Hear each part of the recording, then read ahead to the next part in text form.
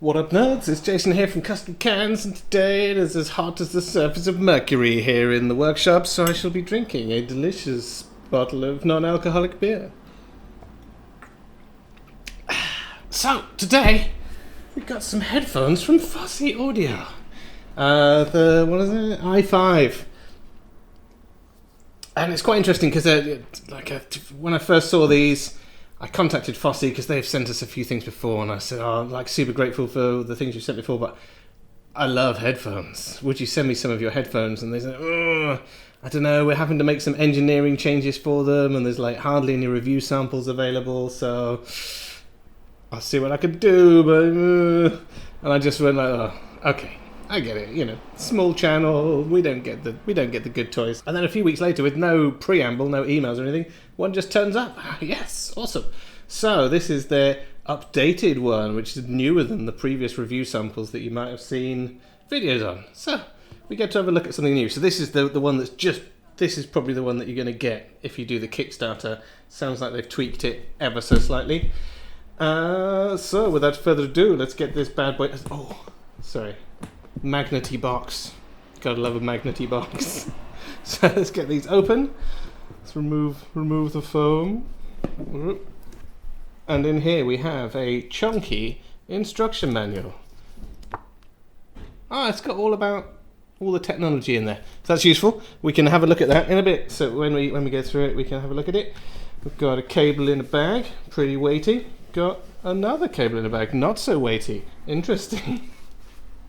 2 cables by the look of it, and a little headphone adapter. And then here we have the actual headphones. Wow, they look pretty nice. So, here they are, the Fosi Audio i5. I don't know if Fosi Audio have done headphones before, but these look pretty impressive. So by the looks of it, you've got an aluminium housing here, and then wooden outer piece here, and it looks like it's real wood. It looks like some real grain there. Very thick ear pads. Headband is very similar to something like you'd get on a high-end Hi-Fi Man one, where the adjustments on the side here, you move this strap up and down on there, but very tight on the hinges, which is good because some of these are a bit rattly, but this has got no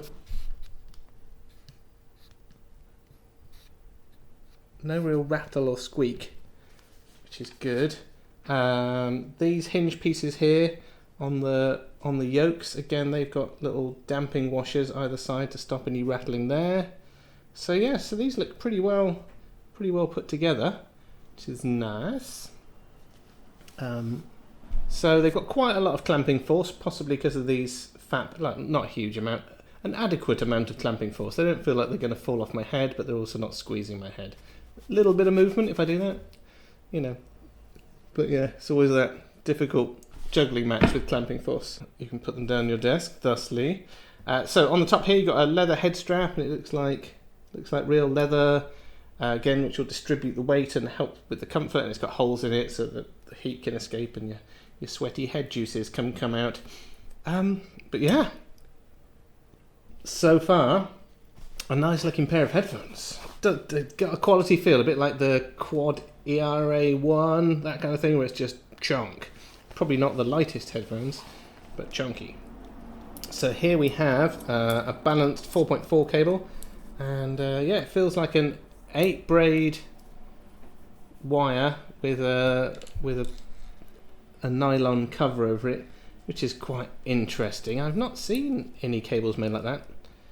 So it's obviously the standard kind of stuff you get from China with the 8 braids, but they've covered it with fabric, which should probably make it less microphonic, which is nice touch.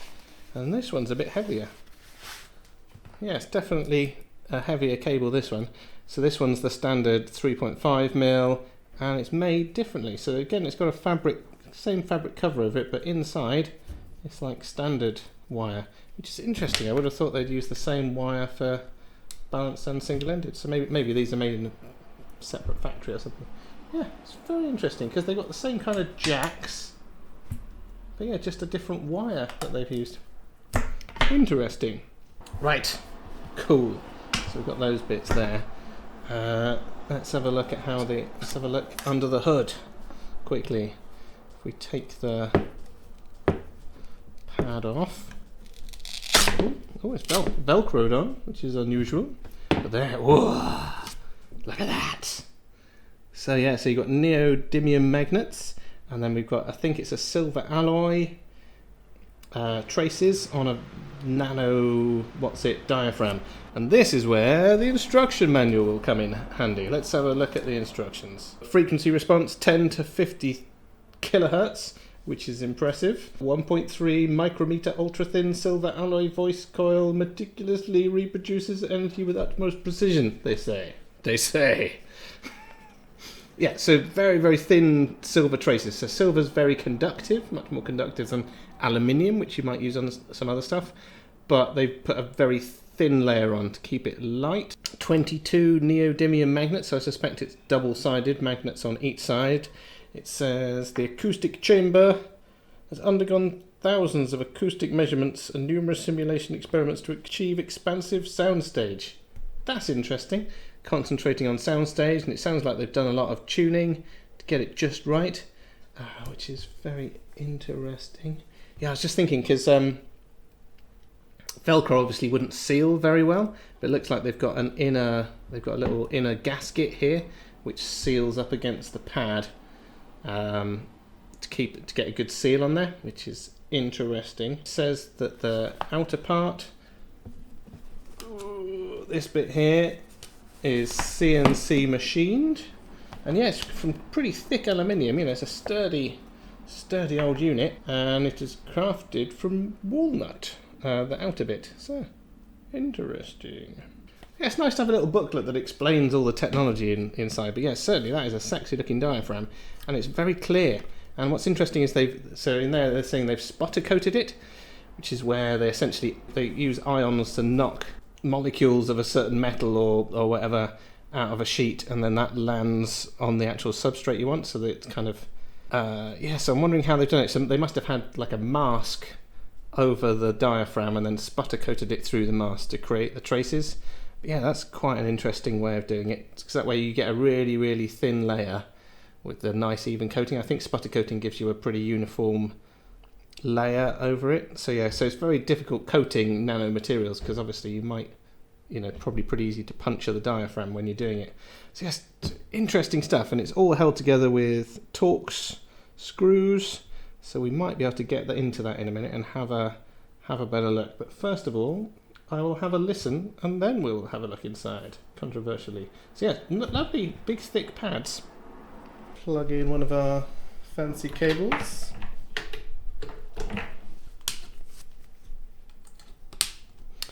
And I was thinking, because with all these things, I'm just going, it sounds nice. What am I going to do about it? So what I've done is I've got out the HD 490 Sennheiser, just because I think these are a good reference. They're a nice kind of flat, unoffensive sound. But yeah, probably a similar kind of price. But yeah, it would just be interesting to compare the two. So I'm going to have a listen to both of these, kind of compare them a little bit. We might take a couple of measurements. My measurement rig isn't super accurate, but we'll take a couple of measurements and just have a look at these.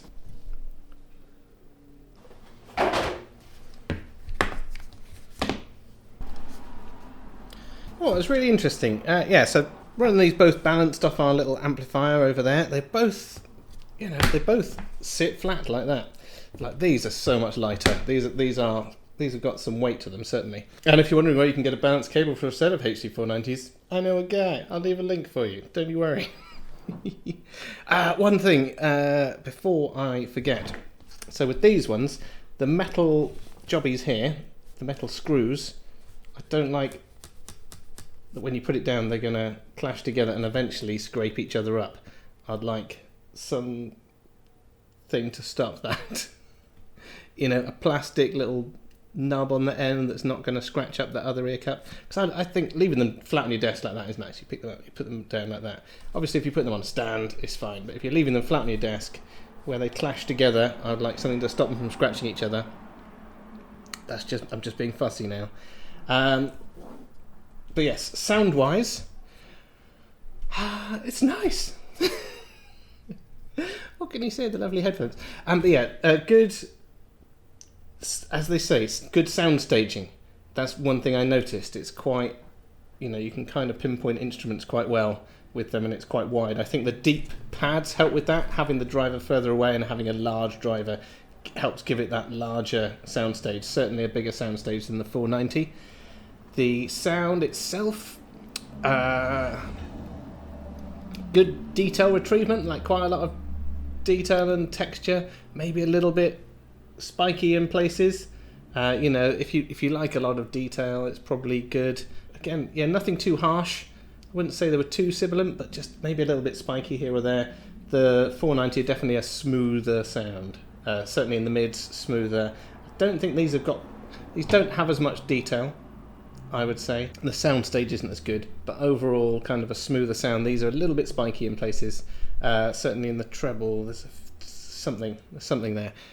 So let us take some measurements and we will find out. Let me hold you right there. This is an urgent appeal. We need more subscribers. I need to get to, 1 million. We're currently only on 14,000. There's a way off. So everyone's going to have to, unfortunately, even you are going to have to do your bit and hit subscribe. Go. Okay, so here we have the graph for the i5. And yes, interestingly spiky in the middle. Around 400 hertz to just over 1K. Quite ziggy-zaggy, like nothing hugely out of line. You couldn't hear it. There was something there, but yeah, it didn't. This is where measurement's interesting, because I would say that isn't the prettiest of graphs, but it sounded good. I like the sound of them. Certainly I think a lot of people are going to have a love for these. I'll be really interested to see, when they get in the hands of people, golden-eared listeners, to see what they think. But I thought they sounded pretty good. But yeah, there's definitely some uppy, downy, jaggedy spikes in the middle, which are interesting, and I really want to get my hands on them now and pull them apart and see if I can figure out what's causing that, because it's an interesting thing. And one thing that I've noticed, I did have a look at other people's graphs, because these have been out to reviewers before me, and some people have graphed them, and they were dropping off. They were rolling off at 80 hertz, so they were going up to 80 hertz and then rolling off, whereas this pair that I've got are flat down to 10 hertz. So that might be what they've changed, because I remember when I emailed them, they said, we're just making some subtle updates to it, and I wonder if it is that sealing ring that they've got underneath where the Velcro was, because that would get you a better seal and sort out those lower frequencies. So maybe that's the change they made. Maybe they put that rubber gasket in and it wasn't in there before. I don't know. If anyone has got a pre-what's-it pair of these, it'd be really interesting to pull off the pads and see if they've got that rubber gasket. But yes, so it bass now, super flat. A little bit spiky from 400 to just over 1K. And then a few lumps and bumps in the treble. And then if we overlay the HD 490, so the 490 here is in blue, you see it's a bit smoother. You've got a little bit more sub bass, but overall the graphs actually kind of, if you ignore those spiky bits in the middle, the graphs on the 490 and these kind of match up relatively closely. There's definite similarity there. And the other thing that I noticed is almost the same sensitivity. So basically I didn't have to adjust the volume on that when I'm going from one pair to another. So I chose the 490 at random, and turns out they're a pretty good comparison. So so it could be all those lumps and dips that are giving it that like a false sense of detail. But yeah, it certainly sounds like there's a lot of detail and clarity there. Yeah, so interesting headphones. So should we have a quick look inside, see what's going on in there? Right, cool. So pad off, we've already figured out Velcroed on. Nice. T6 again, which is the favourite size headphone screw for some reason. Okay, being careful not to get anything in the magnets.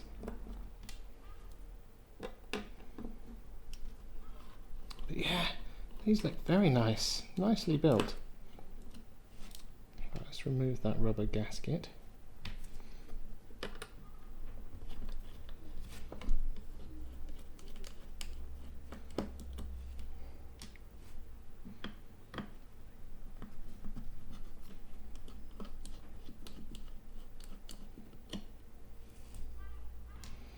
Okay. So that's aluminium. Then you've got another gasket underneath. And then in here you can see it is actually wood all the way through, and here's the driver, which is 90 something millimeters. The socket in there, you can see they've potted it in, so they've filled that with some kind of goop, so that will help that from stop that from moving around. See if we can get a bit deeper. Right. Ooh, driver's free.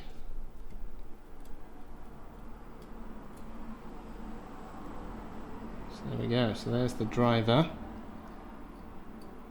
with its many neomagnets on both sides, and again another little rubber gasket there, sorry, foam gasket. Just pop that down. And then here, yeah, so this is all machined wood. You've got a little pin through the hinge there, so to release the hinge, so you have to take the driver out to get the arms off. But yeah, it's all very nice. Yes, I'd be really interested to have a play with this and see if we can figure out why you've got those weird little spikes there and whether there's anything that we can do about them. But that is a job for another day, because that would be a big old job. And yeah, so it's interesting. So these have just come out. So what we'd have to do is kind of wait and see how many of these end up selling. Like if they become a popular model, then we would probably have a look at tuning them or making a tuning kit for them. But it's one of those things, there has to be thousands and thousands of them out there for it to be kind of worth it, because my experience so far of tuning planers is it takes a long time to get it right. and obviously Fosi have already done a lot of tuning on there, so I don't know how much is left on the table.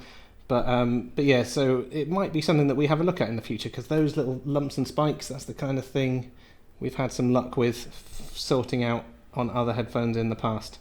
So maybe we might be able to make a kit for these in the future if they turn out to be popular. So there we go. That's the Fosi Audio i5. Nice. It's got a nice looking driver. It's a nice looking headphone, nicely built, slightly spiky on the frequency response, but when you're listening to it, that doesn't come across that way necessarily. I think they sounded very nice. I had a really good long listening session. Very enjoyable. They're a nice headphone. Yeah, so they remind me kind of the Quad Era 1 in the fact that they are built like a tank, but quite heavy. So if you worried by the weight of a headphone, this might not be it. Whereas if you like a solid feeling headphone, these are good. They feel like they're really put together very well. Yes, so thank you very much to Fosi Audio. I will stick a link in the description where you can check out their Kickstarter and other stuff on their website. Anyway, yes, it's been super awesome hanging out, and I'll see you guys again. This is an urgent appeal. If you want to see more things like this, this is an urgent appeal. If you want to see more things like this being pulled apart and criticized ever so slightly, but generally given positive reviews, subscribe. Let me stop you right there. This is an urgent appeal for you. That's it, you specifically to subscribe. If you're not already subscribed, subscribe. Do the subscribings. This is an urgent appeal to you. Yes, you very beautiful people. I need you to subscribe. Let me stop you right there. If you want to see more of this kind of thing, I'll tell you what you could do to help me right out is give us some likes and subscribes, but mostly subscribe. Subscribers is what I'm going for. If you're not already subscribed, you're enjoying this kind of thing, you want to see inside headphones, subscribe. It'll let the algorithm know that you're cool, like you've been the gang. Oh, let me stop you right there. Obviously, I need you to subscribe, and let's face it. How's the algorithm going to know that you're cool unless you hit subscribe?